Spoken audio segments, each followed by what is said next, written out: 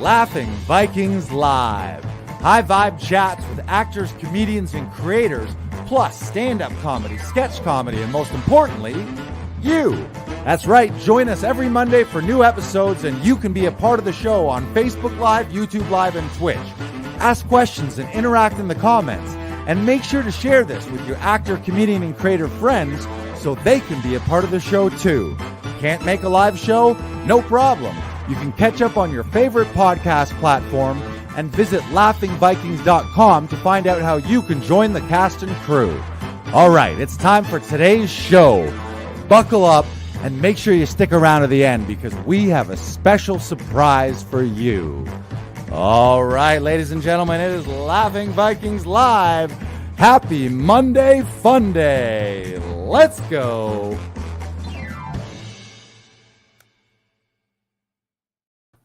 Oh, hey, Brandon. Welcome to episode 80, the Abraham Lincoln of episodes. Look what I have for you. What's that, Lars? Oh! Gotcha. Take that, mofo. Oh, well, I see how it goes. I see how it is, huh? Why don't you take this? Oh, come on. What are you doing? Oh, yeah, I'm going to give you one of these. Yeah. Oh! I could do this all day, buddy, till I win an Oscar. Come on, bring it on. It fuels my fire. Hit me. Hit me. Yeah! Stop trying to hit me and hit me. Yeah, come on. More. No. More. More.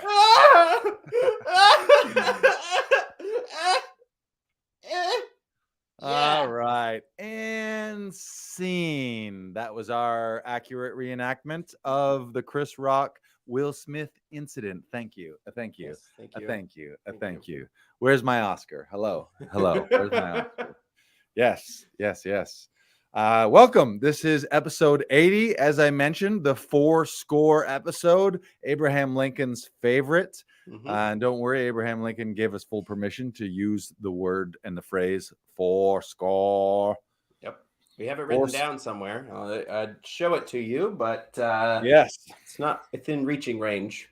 Yes. How are you out there in internet land, viewers, listeners? If you're with us live right now, and there are a handful of you, let us know in the comments right now what city you're from, where you're watching from, and be sure to interact, ask questions throughout the episode because this is an interactive thing here. This isn't just us broadcasting. This is us having an international conversation. Yes. Do we even want to talk about the slaps, or can we just leave that to the internet? That's been the entire internet. Yeah, let's leave that to the internet. Let's talk about the only thing I want to say. I just want to say one thing. I want to say one thing about it. Say one thing. First of all, violence is never the answer. Anyone who's arguing on Will Smith's side, like, oh, he was justified. It's like, would you say that to your kid if a kid admitted? Man, maybe you would. I don't know what I'm saying. Now I'm like, oh yeah, if your kid's being bullied, you should tell them to punch the bully back.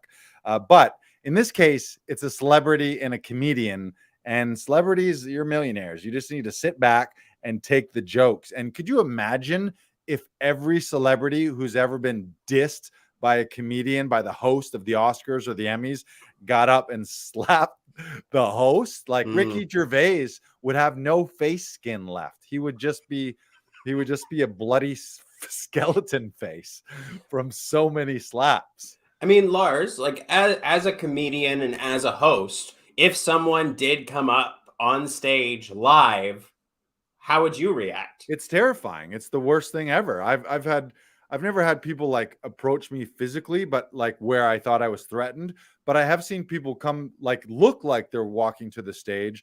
And I've been at shows where I wasn't the one on stage, but where a drunk person or someone who's offended comes to the stage, and it's just not the place for it. It's like sticks and stones may. How's it go? Sticks and stones may break my bones, but words will never hurt me. Yeah. Slaps and punches may break my bones, but words will never hurt me. And I'm not discounting the fact that, okay, yeah, if it was an off-color joke or you're punching down on someone's medical condition, all that to say, like, yeah, that's true, but you can't just go hit people, like that's not Violence isn't the answer. And Will Smith apologized.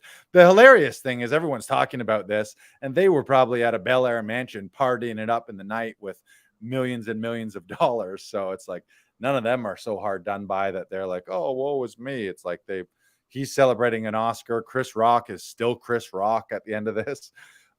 In fact, maybe I think that maybe the silver lining to all this, maybe all disputes we should hearken back to the olden days where when someone disrespected your honor, you did slip a glove on and you smack them with your glove, or how did it work? Maybe you take the glove off and you smack them with the glove. God, stop doing that. The problem is not slaps. The problem is when slaps escalate to punches, to knives, to guns, to tanks, to missiles, to nuclear bombs. That's the problem. So maybe the lesson Will Smith and Chris Rock taught us is every dispute should be settled by slaps. And it's just, you get a slap. Chris Rock, maybe I think what they should do is they should have a public slapping where Chris Rock gets his rebuttal slap. Public slapping. Yeah. He gets like, you know what? I was in the wrong. I shouldn't have slapped Chris Rock in front of the entire world. And now Chris Rock gets to slap me back in front of the entire world. So this is like a televised event for this one slap. Yeah. Does he get one slap or does he get more? Slap. No, just one slap. One slap. Just one slap. Okay. Yeah. I feel like this would be like commentated on, like there would be sports announcers. People would be taking bets on it somehow. Oh, this could be a pay-per-view event. This would be televised pay-per-view, like as a opening fight to one of the UFC title fights. It's just Chris Rock and Will Smith, and he's just got his one hand. Who's the opening act? Yeah, I don't know. Tonya Harding and Nancy Kerrigan. Yeah. Kudos to Chris Rock too for continuing on as well. What a great job to like recover and be like, all right, here we go. You know, like that was it was impressive. The whole thing was a debacle. I'm still not sure whether it was real, staged, fake. I mean, it was real. It looks like he got hit, but these are some of the world's best actors. So if anyone can pull it off, I also did feel like it kind of seemed like Will Smith and Chris Rock had a smile on their face.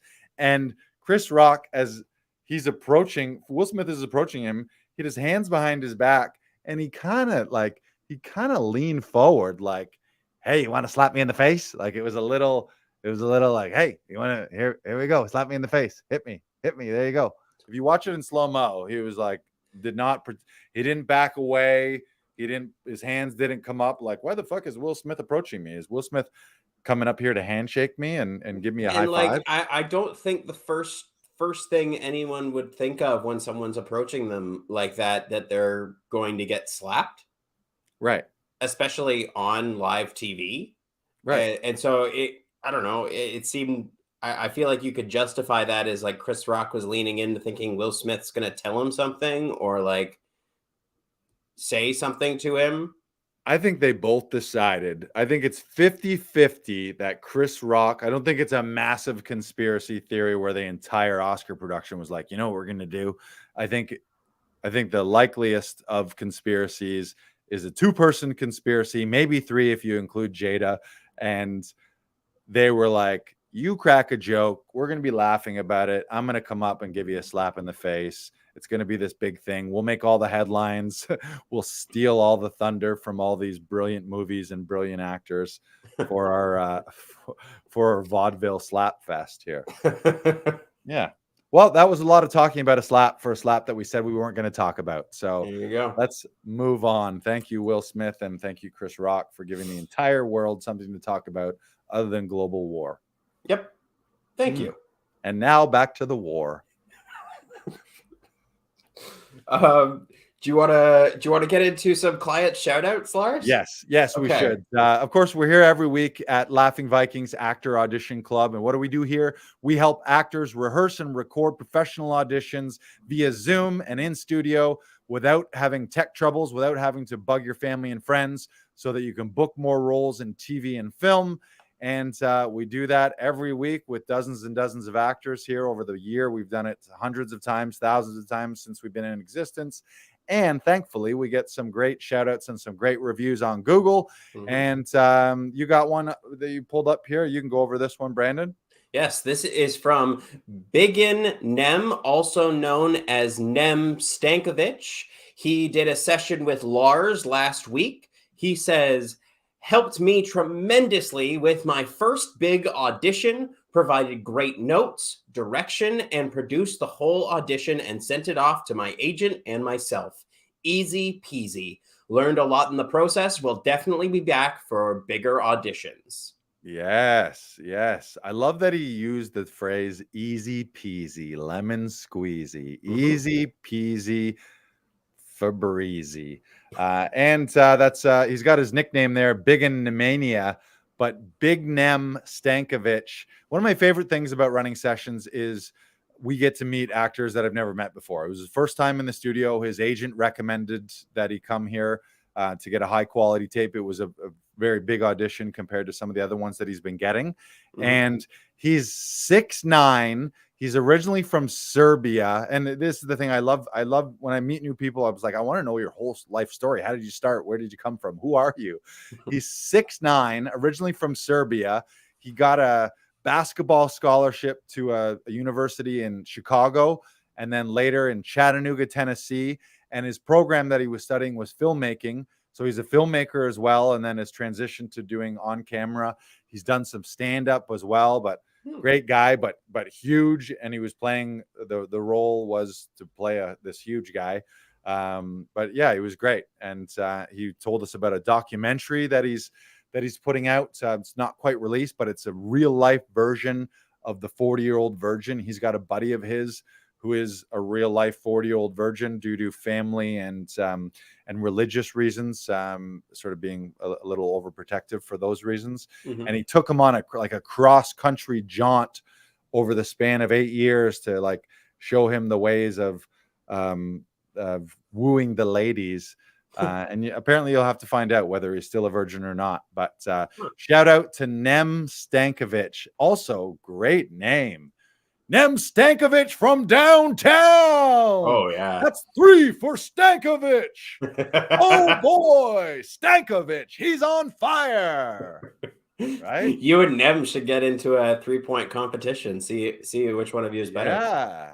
Yeah. I mean, I'm sure he's way better than me. You're like, I beat you, but we're both amateurs. So yeah, I don't know if that counts. He was a pro baller at one point. So shout out to Nem Stankovic.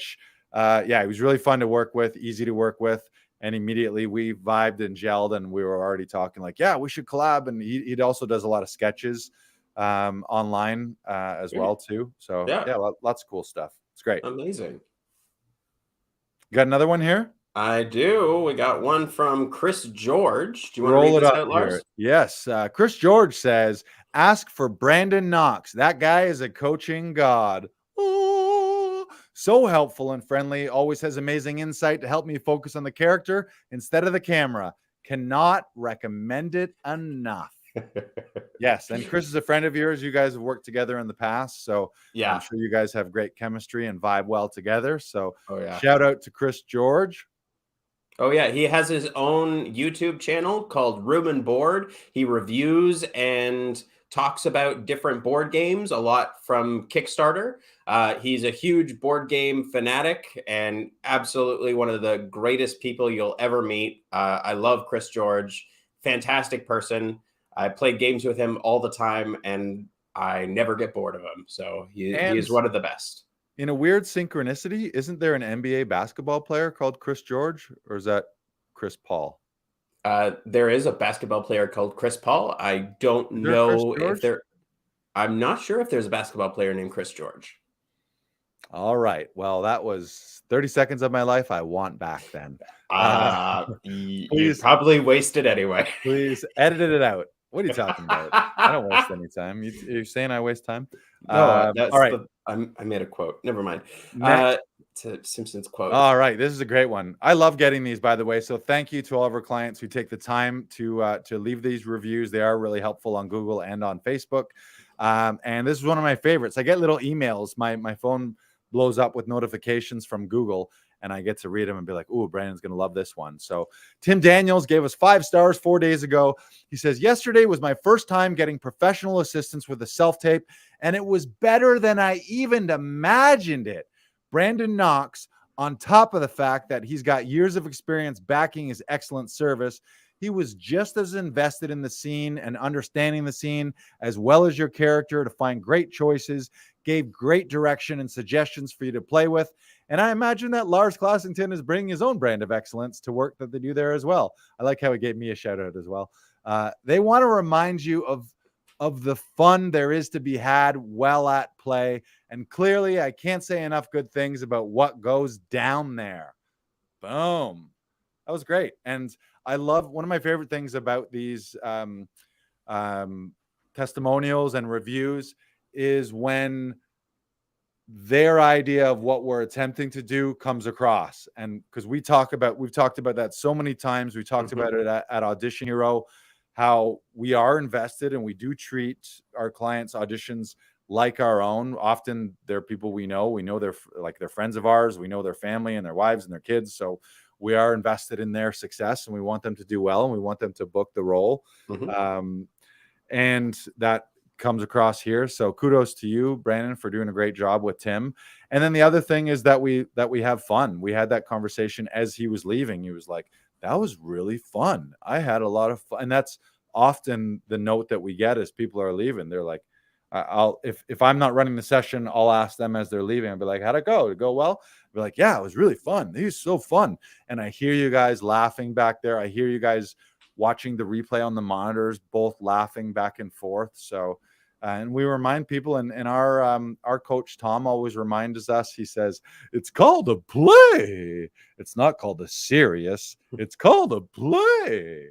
And it's supposed to be fun. It's supposed to be childlike. This is a thing that reminds us when we were kids, when we got to play make-believe and we got to use our creativity and imagination. And I think for a lot of actors out there, if your audition process or your acting process is stressful and wrought with anxiety, that's the sign that you're doing it wrong.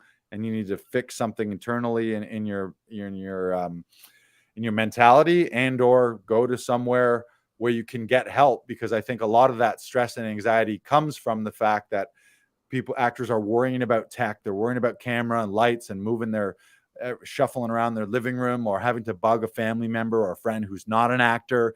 And then the actor end up coaching the person off camera. So instead of focusing on their lines and their own character, they're having to take care of the person off camera, which just is not the job. Your job isn't to take care of the person behind the camera. Your job's to express the thoughts and emotions of the character and tell the story. So yeah, I love it. Great job. 5 stars. 5 stars. You know what? I'm going to give you a 5-star slap for that. Thank you. That's a 5-star gratitude slap. You know, that's great. Thank you so much, Lars. 1 slap for every star. There you go. Okay. Thanks. That's great. Oh, wow. All right. That's fantastic. Don't forget to nap it off camera. So there you go. And 4. Oh, there you go. And lucky number 5. All right. Oh, okay. They'll be like, "How does Lars get such great results out of everyone?" He slaps the shit out of them. I took that from Will Smith's. If that's your one takeaway, right. Right. We just got another positive review here. Adam Daniel Mazzei says, "It's not every day you got to be on a pod with 2 of Time Magazine's sexiest men alive." I don't know which I feel like that's not Time Magazine. Maybe that's Tim Magazine, or Time with HY, like the Spice Magazine somehow. That's a great magazine. Right. I don't know. I mean, when they feature 2 of the sexiest men alive, you know it's a good magazine, right? The Spice Men. Yes. Yeah.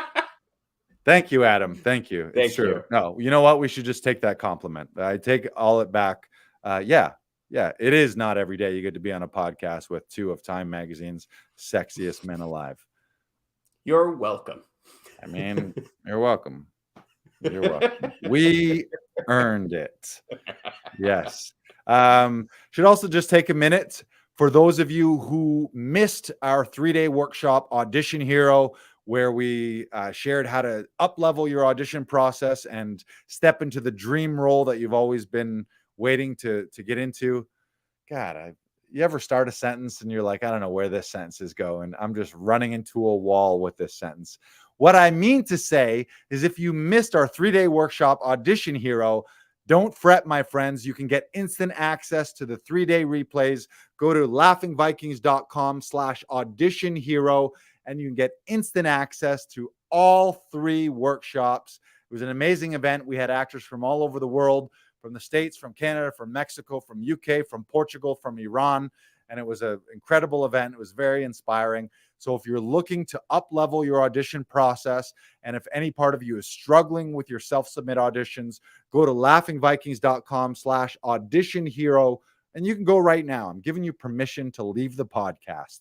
Go real quick, register, you'll get instant access, and then come right back to the podcast. I'll wait. And we're back. Are you back? Did Yes, you go? I am. Did you go? Okay, here we go. Yes. We also wanted to talk. I'm in conservatory still, and you are often taking classes. So one of the things we wanted to share was what we're learning in those classes. I was up in Tom's class today doing a cold read, and it was a scene from Parallel Mothers, which was one of the Oscar nominees for Best Picture, I believe. I have not seen it. But I'll share the big lesson in our scene, and it's something that Tom shares with us a lot of the times, and it's the idea of act at the speed of life. Too many times, actors, when they're running scenes, especially on auditions where you're maybe not fully, the words aren't quite in your body, will go way too slow, where it's my line, your line, my line, your line. And in real life, especially when it's something heated or emotional, and in this case, it was a very heated discussion between a man and a woman about a baby and a pregnancy, and she's the mistress, so there's a lot of emotions and drama in that. But his note was, it's just got to be faster. You got to be stepping on her lines. She's got to be stepping on your lines, so that you get to the point where the part is playing you and the scene is playing you, rather than I say something, then you say something. I say something, you say something, which to a viewer is just death. And it becomes very predictable if you're watching in the viewer and you can predictably guess, like, okay, she speaks and then he speaks and because it's also just not real. You watch that and something about it will feel false, because in real life, when you see a couple that's really heated, if you walk in a grocery store and you see two people ribbing each other out, they're not politely waiting for the other to speak. They're just they're barely even listening to the other person. And a lot of acting is listening to the other person, but in a heated argument, often in real life, we're not listening. We're hearing a couple things that they say and then immediately reacting with our rebuttal, so that it's back and forth. So it was the idea of saying our lines even faster. Like Stacey would say a line and Tom would be like, you can say that entire thing 3 times faster. And Lars, I don't even want to hear a breath, like no dead space between, just jump on that last word, because have your response locked and loaded about 3/4 of the way through her lines, like we often do in real life. Often in real life, we're not listening actively. We're waiting to speak sometimes. So, and I think that's just a huge lesson, and a huge, it's one of those easy fixes. A few episodes ago, we had the 5 ways you can up-level your auditions. Often it's just work on pace. I think you mentioned that too, right? Yeah, you mentioned rate. Yeah. So we did talk about that. Mm-hmm. And a lot of the times it's just like, yeah, that was great. Now just do it faster, so it seems like a real life thing. And that also means removing punctuation and not playing commas, not playing periods, not playing every ... like it needs to be this long dramatic pause. And then you earn your pauses. You go fast. And then you get to something and someone drops a big bomb. And then that takes the wind out of your sails for a minute, and you have to react to that, which in our lingo would be an event potentially, mm-hmm. or something with a lot of importance. or some people refer to it as a beat change in a script, but just back and forth, back and forth. Adam Daniel Mazet says a great example of that: the Spanish improv that Javier Bardem and Penelope Cruz did in Woody Allen's Vicky Cristina Barcelona. Allen told those two to improvise an argument sequence at the drop of a hat, and they performed it masterfully in the streets of Barcelona. And it's a weird thing. It's as soon as you see that, you're like, and if you're witnessing that, you can even be tricked into thinking that these people aren't acting. They're just like, oh, what's going on here? And then you're like, oh, they're just acting. But it's because it seems real. And you emotionally and vocally, when you're going that fast, you get caught up into it. And then at the end, you actually feel like you just had a real argument with someone, because you basically did. But it was because it was at the right speed and vocally and your breath and everything. So that at the end, maybe you're a little out of breath. Maybe you feel heated because emotionally you were getting all worked up, and it just doesn't get there. If it's slow, then it's Tom always mentioned, it's bad daytime television soap opera, where it's just these dramatic pauses and these breathy, like I say a line and then I gaze off into the distance, which is just terrible. So act at the speed of life. That was my big lesson in acting class with Tom today. And then the other thing that I wanted to share is we had our second class, our subversive clown class. And the thing, I'm not going to share all the lessons. I just want to share the homework. This is the brilliant thing about being in an acting conservatory, is we had homework, but often it's really fun. So our homework, legit, this is our homework this week. He instructed us to laugh more, laugh louder and more inappropriate in public. So to get caught laughing out loud.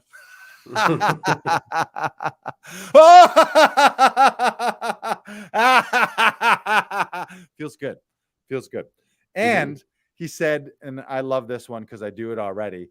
He said, sing songs about things that you're doing in your everyday life. So like, I'm doing a podcast. I'm doing a podcast with BK Broiler. We are broadcasting to the world. Oh, yeah. That's a terrible song, by the way. I loved it. Do you do that in real life? Yeah. Oh, yeah. I sing songs all the time. Making some spaghetti in a pot. Earlier, I was singing, I'm emptying my bladder in the toilet, all my urine going out my wee-wee. Boop, boop. Boop, boop, boop, boop, boop. Yeah, add lots of boops and beeps. Yeah. And then he also said, any scenario where you win or lose, and the example that he gave was if you're catching public transportation, you run after it and you just squeak in through the doors. Give one of these, sweet, or like, sweet, a fist, like more fist bumps, which for us in Tom's language is guidepost 7, communication and competition, which is also communication and competition is guidepost 7 as it relates to rate and fighting for what you want and acting at the speed of life. That's also communication and competition, when two characters are fighting for their point of view and for their for their argument, and so much that they're fighting fast for it. And then he also said, when we lose, find spots throughout the week where we get to say, oh, nuts. So if you miss that cab or you miss the door, just, oh, nuts. Oh, shoot. Oh, nuts. And the other homework was to be mischievous. So he said, go to the grocery store and like nothing, like he's like, don't wreak havoc on the world, but like move the mustard to the ketchup shelf, or turn the labels around, or turn a bunch of things upside down, or just little goofy things. And that's fun because then someone comes along later on and they laugh at it. Or maybe that might mean if you're in a climate where there's frost or snow on the car windows, do some funny faces or some silly faces, or write some silly things.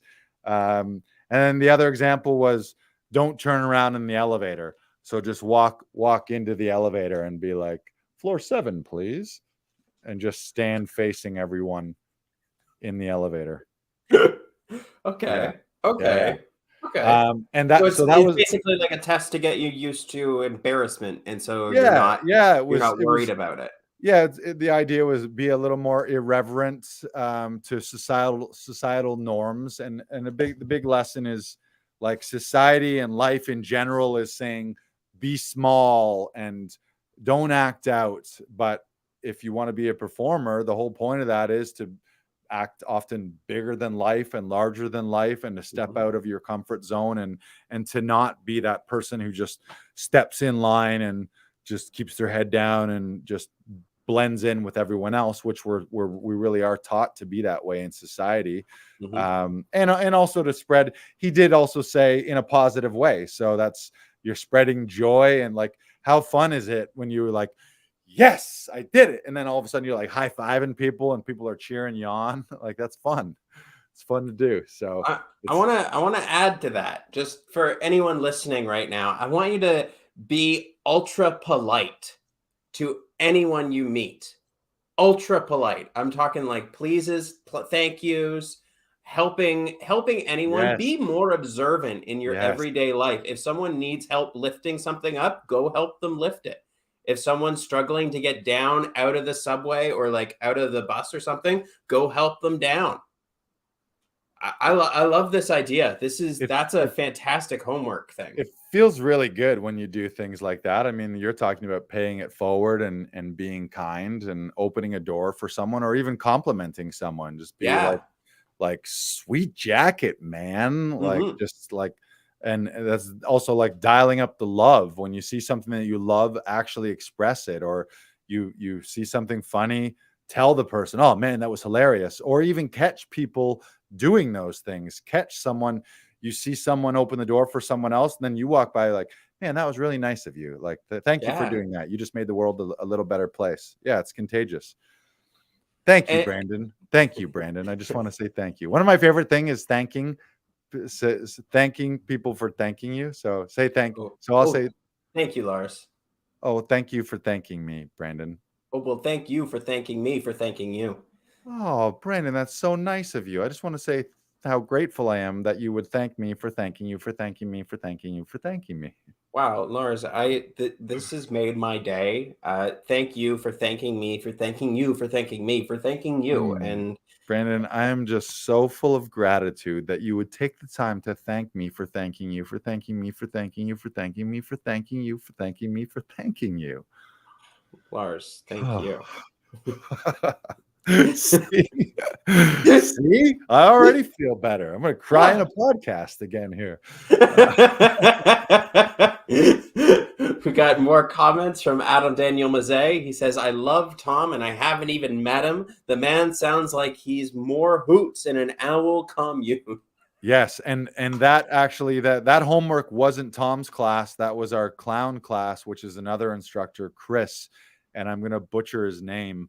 I'll have to look at his name. I mentioned him twice. Both of his classes have been so simple but so profound. Like, we're doing these very, very simple exercises and very, very simple games, and Mhm. everyone comes away like mind blowing. There's like profound moments of truth and tears even in the class, where someone is like, oh, I've never felt so vulnerable and so real ever. And we're doing very, very simple things, but it's the idea of like, the other thing that he talked about today was stripping away, because society teaches us to not be vulnerable and to not really be seen, and to hide and cover up.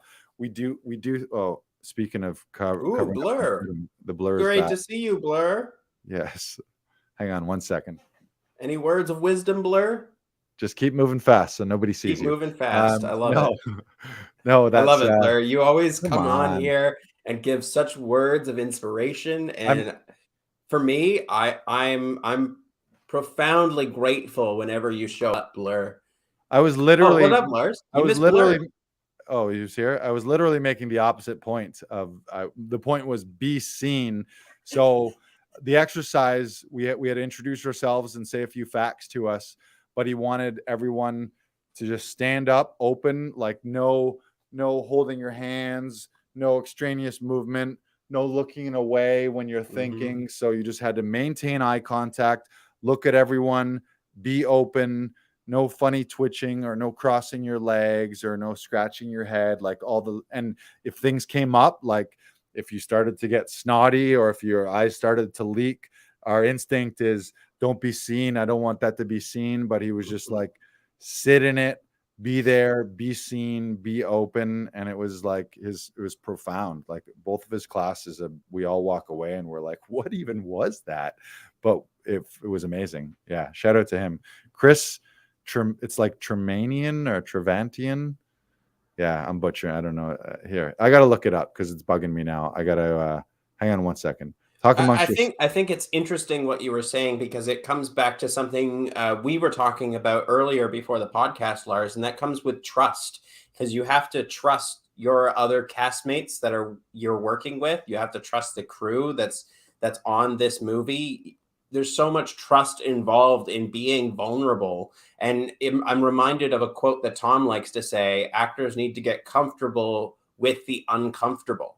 And there's so many times where we just have tics that we don't even realize. And part of that is becoming conscious of those tics, those personality traits, those biases that we all have that have been ingrained in us that sometimes we don't even consciously think about. Do you have the name up? Yeah, it's Tremantana. Chris Tremantana. I'm sure I'm not pronouncing it right. I'm going to put it in the comments. Chris Tremantana.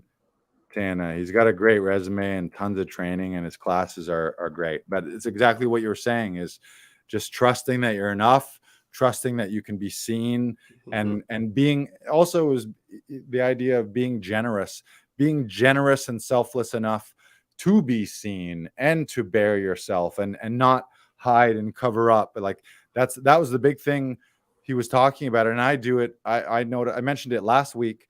I do it in the podcast where when you're thinking of something, you look away or you look down or you look up and you're like, and you do that when you're a little lost or when you're fumbling for your words or you're thinking of a name, instead of just remaining here in that stupor of like, oh, I don't know what I'm saying right now, and just remaining open. So yeah.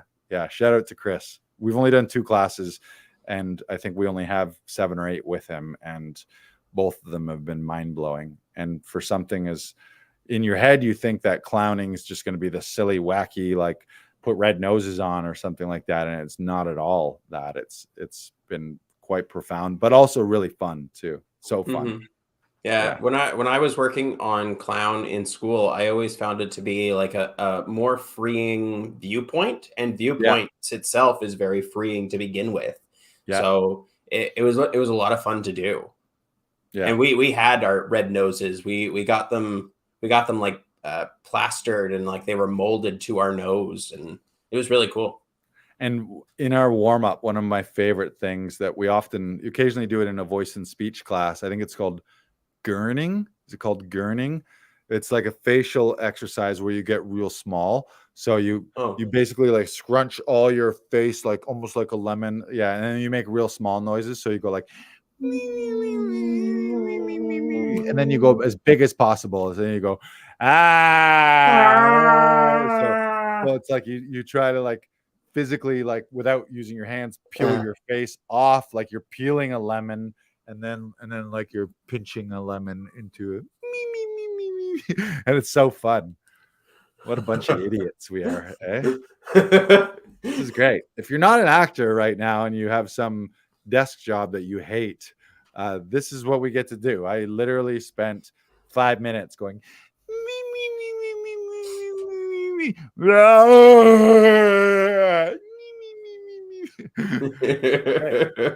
Very freeing. Very freeing. Oh yeah. What else do we want to talk about? You've got classes that you're in right now? Currently I'm only taking Tom's class on Saturdays right now. We were actually discussing we were discussing importance this week, which is such a fantastic guidepost. I really do love importance because it amplifies the personal aspect to you in the scene. And I always approach a scene as like, where can I apply my importance of who I am to what this character is? Because there's certain things in my life that I consider vitally important that maybe someone else doesn't. And those are the dualities that I find really lighten up a character or really spark up a character. Because I think we were talking about this before, Lars, where it's the things that we apply the most important to and someone else doesn't. That's where you find the opposites in the comedy.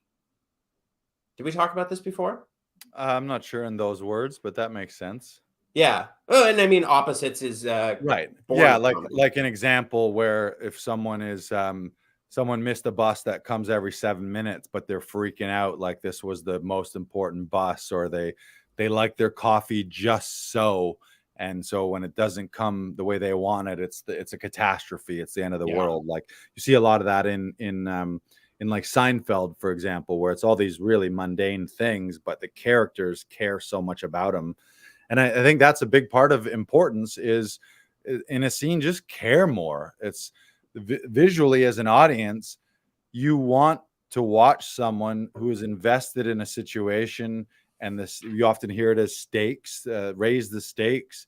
A lot of scenes, that's just a quick dial up. It's like fucking care more that you get your point across, or care more about the situation, or dial up. That's also guidepost love, relationship, find the love this person more. Or we were watching a scene the other day in film class where basically the guy had to express his love to the woman, or if he didn't, she was on the way to a date with a new guy, and this was his like one shot. So it was really about dialing up, like, this is your one shot. If you don't tell this woman and express and convince her that you love her and she's the one and you've been in love with her, she's going to walk out the door and she's going to go meet another guy, and maybe they're going to live forever happily ever after. So it's like, make it more important. Like, this is, you got to bare your fucking soul right now.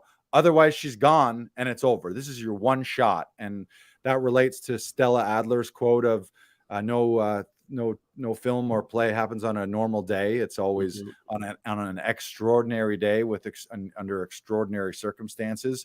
It's also, don't make it some random so friend. Make it your best friend. Don't make the cake some blah cake. Make it the best fucking cake you've ever tasted, so that it has more importance. And as an audience, you don't watch sports where two people don't care about it. Like, that's amateur sports where they're just hemming and hawing. It's like, you watch competition. It also relates to competition. The higher the importance, the higher the communication and competition is. And then you're watching, well, what's the most important game is the championship game. But the top pros play every game like it's a championship game, because they never know throughout the season what's going to be the game that gets them that last seed in the playoffs, or gets them the first ranking so that they seed better to then do better in the playoffs. So it's raise all the stakes, raise all the importance, and just care more. And that's visually gonna, like, apathy. There's a lot of that in new some TV, like sarcasm, or just the blah, I don't care about stuff, so I'm just going to be a block, like that, where people are playing it comedically, where they're playing apathy as comedy. But it's a little like, it's a little trick that might, or a hack that might work a little bit, but it's not really a good it's not a good strategy in life, and it's not really a great strategy in the acting world either, because then you're like, well, this person doesn't seem like they even give a fuck about being in the room or auditioning. Or is it the character or the actor? Like, who doesn't care? Is it the actor that doesn't give a shit about this audition, or are they playing the character to not care? And that's also not interesting. Like, neither one of those is interesting. It's like, you want to see people fight for something that they want, that is very important. And then that's also, as you mentioned, that's comedy. You take something that's not that important to other people, and then you're like, why the fuck does this guy care so much about his coffee? It's just a coffee. It's $1. Like, what's his deal? But you watch someone freak out over $1 coffee, and it's hilarious. Oh yeah, 100%. And we have a question from Adam Daniel Mazet. Question about your conservatory experience. I'm assuming this is for you, Lars. Is it better than you expected? About what you expected? Not what you expected? And what is your opinion about mixing coaching styles? Counterproductive, or one never knows from whence one obtains one mentorship and inspiration? Great question. And my answer would be a resounding more than I expected. It's been even more transformative and deeper than I could have ever imagined. And a lot of that is from the spectrum of classes that I take, not just Tom's classes, but all the faculty across the board. Like, so we're doing, we have acting classes with Tom where we do scenes and we do monologues and we do cold reads and audition pieces. Then we've got a bunch of voice and speech classes. We had an improv class. We have a film history class, a theater history class, a film production class, a Shakespeare class, an Alexander technique class, a Linklater class, a business of acting class, a Chekhov movement and viewpoint class. I'm still missing some. I haven't even named them all. Oh, we had a voiceover class as well. We have this clown class. So it's actually more classes than I even expected. But each one of the instructors, they're top level instructors. They really fucking care too. So it's, and this was part of the reason I joined the Conservative. I went and did the conservatory. I did the week-long intensive in New York City last summer, and all of the instructors, especially one that stood out, was Mary Lou Rosado in her Shakespeare class, which I'd never really done much Shakespeare since high school. And in high school, I didn't give a shit about it at all. But just seeing her passion and enthusiasm, and you see her going over the words, and she's just like, ooh, look at here and there. And oh, she's saying them with such passion, where it's what's the word? Like, it's contagious. When you see someone that type of passion, you get swept up in it, and then you're like, oh my God, this is amazing. This woman loves it so much. And then all of a sudden, by the end of the class, you're like, wow, that was really deep and transformative. So yeah, across the board, so many epiphany moments. I had never taken a full conservatory experience. I started acting later in life when I was 31. And so all my training was piecemeal. It was a lot by learning on set, student films, and doing background, and then taking workshops and intensives, and learning on set, and learning through books and reading and watching videos and all this kind of stuff.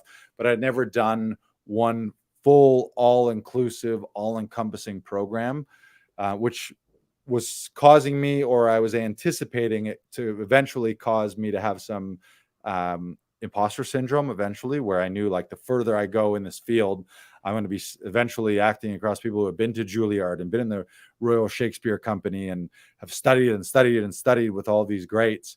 And I'm like, well, I learned by doing stand-up and improv classes. Like, I was feeling like I wasn't going to stack up later on. So a lot of it's been a confidence booster to me.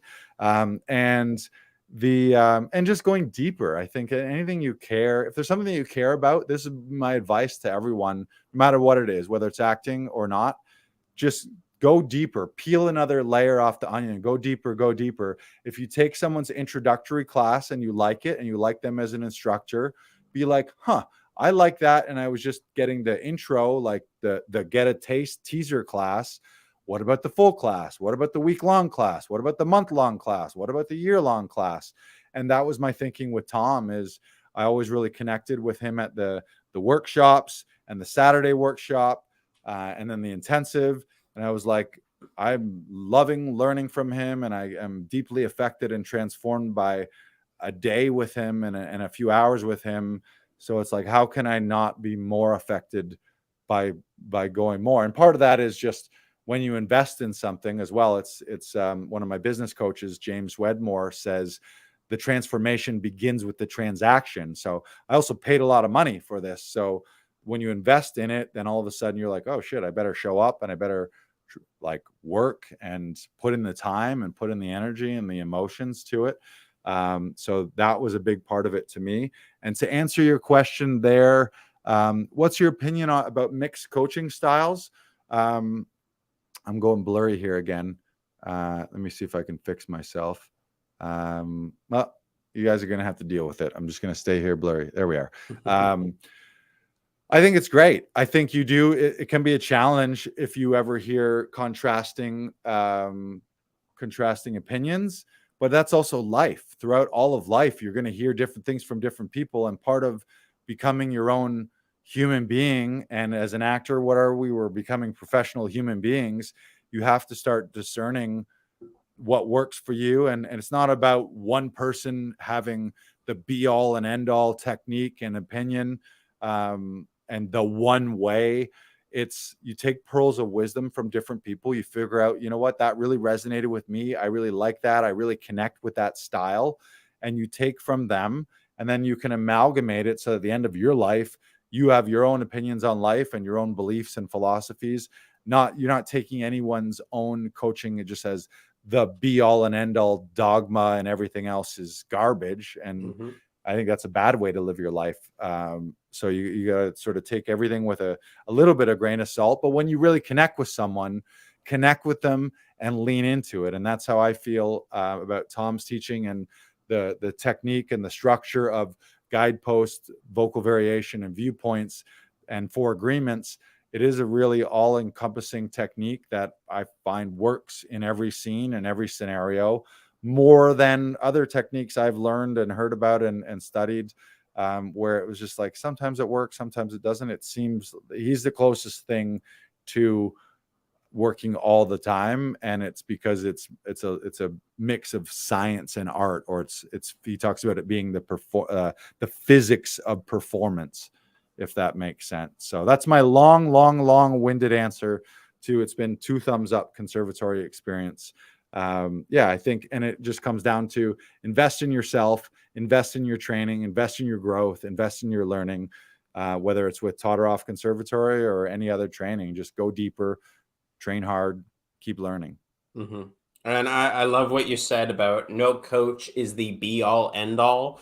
I 100% agree with you on that. I think it's vitally important for every actor to have as many different coaches as possible. Never marry one technique, because acting is a lot about contradictions. There are a lot of contradictions in acting because it comes down to the personal. And what we talked about before, what is important to you will be important to somebody else if you apply your technique and apply your personal aspect to it, to the work, because it will feel so much better for you. And because it feels so much better for you, we'll feel that. We will innately understand that when you're on stage or screen, because we're innately drawn to people that care. We innately want to experience that for ourselves. We know that feeling of when something is important to us, that we just immediately gravitate towards it. And I also love what you said about the contradictions, because as I said before, acting is a lot of contradictions. There is a lot of contradictions throughout it. And I think I've said this before on the podcast, but I think Tom's technique and the Todorov technique is probably the closest thing to the least amount of contradictions to it, because it is very much like, if you follow the guideposts, if you follow vocal variation, if you use viewpoints in all of your work will not be bad. And that it's certainly going to be better. It will always be better as you dial up all of those things. Yeah, and those contradictions too, that's life. As you hear chatter, you read it on the internet, and you got to discern, you got to fact check your own things through your own experience. Not just take like, oh, I read this on the internet, this has got to be true. That guy said this guy said that. It's like, you're going to hear varying opinions, and a big part of life is shutting out some of that noise and discerning what's factual for you, or maybe it's not even a matter of facts. It's just what is working, what's fun, what's fun useful for you. Yeah, what's useful for you, what's enjoyable for you. And that's another thing about Tom's method, is he puts a big focus on playing the positive, playing humor, playing the love. And that's what all of us want in our lives as well too, and fighting for what you want. So if you're really loving things and you're having fun doing it, and you're fighting for what you want and saying yes to what you want and going after it, that's going to translate on screen as an actor, and it's also going to translate in your life, because your life's going to be better. And that's something, not that I don't think Tom bills himself as a life coach, but when you apply all those guideposts and when you really learn them, you see it all in life too, not just in TV and film and on stage. You walk around, you're like, oh, that's opposites. That's why that was funny. Or, oh, that was a great discovery right there. Oh, man, was that ever importance? So, yeah, no, it's very transformative. So I would highly recommend. And it's sad that it's coming to a close. We finish the end of our first week in May. I'm excited. It's funny. It's that bittersweet thing of I'm excited for the next phase of my life as a performer, and I am excited. I'd be lying if I wasn't excited to have some of the time in my week back to do other things. But also the reason I'm excited is because I know I'm more heavily armed with more technique and more knowledge and more training in general, so that I know when I now have the time to go out and apply that in my life and in my career, that good things are going to happen from it. So as sad as it's going to be to say goodbye to those instructors and to my classmates, but the flip side is we've developed such strong relationships in our ensemble. It's 22 people from all over the world that never would have met in person ever before. And we've met via Zoom.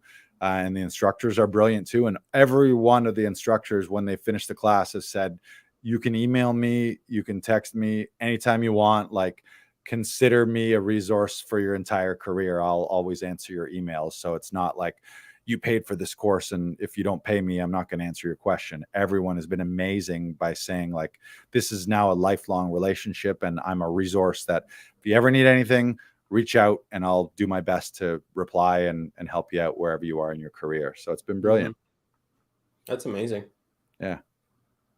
Sha-la-la-la. Sha-la-la-la. Yes. So I think we're coming up to about the wrap.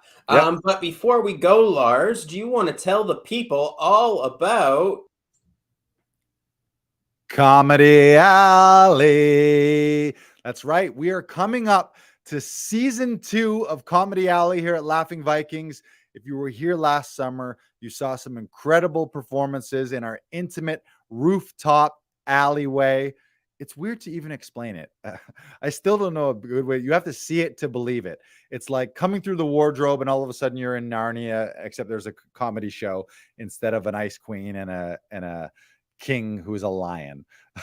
It's brilliant. We got some of the best performers, the funniest comedians in Canada, people you've seen on Just for Laughs, JFL 42, Comedy Network, CBC, Crave, Hulu, Netflix, HBO, and more. We do them weekly here. We haven't announced the show dates because they are weather dependent, so we're waiting on the weather to cooperate. But you can join our VIP waitlist. Go to laughingvikings.com/comedy alley. Join the VIP waitlist. You'll be first notified when we release the show dates, and you'll get 50% off your first show. Go, go, go, go, go. Nice job, Lars. Nice job. Good soundbite. Brandon loves when I give him nice, clean, under a minute soundbite so that he can just nail that Instagram reel. It makes my life a lot easier, and I love it. But I am very excited. It's a very intimate venue. There's only 20, 25 seats. We always book. It's all pro comedians. Occasionally we have some up and coming amateurs as openers, but you'll see 4 or 5 headlining comedians, people who headline comedy clubs and festivals across the country and other countries. I often host those shows, so I'm bringing all my friends who are comedians to bring them to the stage and inviting neighborhood people to come join us. So go to laughingvikings.com/comedy alley, hop on the VIP waitlist. And as soon as we book the show dates, that waitlist will get first crack at them. And the reward for you is you'll get 50% off your first show. So it's going to be great. I can't wait for that. You excited? You should be excited. Yeah. Oh, I'm very excited. I'm very excited. DJ BK Broiler. That's the thing. Yeah. Yeah, he's not just a podcaster. He's not just an acting coach. He is a hell of a DJ Spotify. up and down those Spotify playlists. Oh yeah. Yep. I bring up the volume and I bring it back down again. Oh yeah. Yep. He knows how to raise and lower the volume in between acts like no other DJ. Some say I'm great. I just say, I do what I do. DJ Spotify. It's just the DJ volume slider. He's so good at it. Adam Daniel Mazet says, Comedy Alley is like osmosis, passing from an area of low comedy penetration to a area of high comedy penetration through a Laughing Vikings membrane. Did I say that right? I don't know if you did, but I feel dirtier for having you said it. Adam Daniel Mazet, I appreciate your enthusiasm and I love the fact that you're here, but let's maybe not use the word penetration so many times in one comment. I feel a little violated just hearing that. There will be no penetration, and if there is any, it's completely consensual. That's the guarantee that I give everyone here who comes to our shows. No one will be penetrated. No membranes will be burst. All right. We can cut all Comedy Alley. We can cut that out if needed. Yes. We're okay. We're okay. Somebody can give me a slap. Wellesley Robertson says, is he better than DJ Winamp? I don't know. There's only one way to find out. We're going to have a DJ spin-off, DJ Winoff versus DJ Spotify, and see. Oh, there's one more. It's going to be a three-way between, it's getting dirtier, a three-way competition between DJ Spotify, DJ Winamp, and my favorite, DJ AM/FM. Just up and down the dial, just turning the dial, hitting scan, just hitting scan on a car. So you're not even sure what song's going to pop up? You're just... Nope. All requests. So what do you want to hear? Taylor Swift? Scan. That's it. Oh, that's Aerosmith. Oh, DJ Napster. That's Metallica. DJ Napster. That's good too. I like it. All of the DJs. All of it. All the DJs. All right. And shout out to Wellesley Robertson. We'll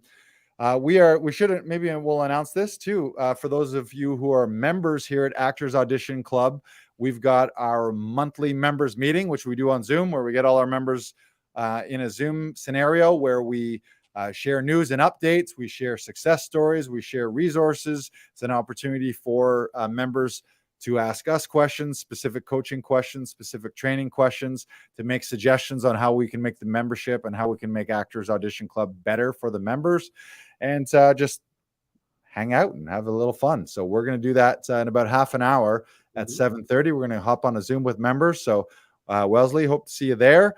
And if you can't make it to those, we'll record them and we'll throw it in the members area so that you can always catch up later. So if you can't make it, but I would say make it, just be there in person. You too, Adam and Wellesley, be there. I heard DJ Spotify is going to be there. He's spinning the playlist today. I am spinning the playlist. All right. Thank you so much, everybody, for tuning in. Once again, make sure to go to laughingvikings.com to book your audition sessions, and go to laughingvikings.com/audition hero, or Brandon just threw it up there. Oh, there it is. laughingvikings.com/audition hero to step into your dream role in 2022, and you get access to the replay for our Audition Hero workshop. Thank you so much. I think we had a successful Abraham Lincoln 4-score episode, but I would like to finish with a slap. Okay. Oh, do me now. Ooh. Yeah, do me. Okay, ready? And what the F, Brandon? Come on. I better win an Oscar. Or you win the Oscar. Whoever does the slapping wins. I mean, I'm gonna win an Oscar, so for the slap. Yeah. Yeah, for the slap. And the award for best award show slap goes to. Oh. I just want to say thank you, Brandon. Thank you for that slap. Thank you. Thank you. Thank you, everyone, and have a fantastic week.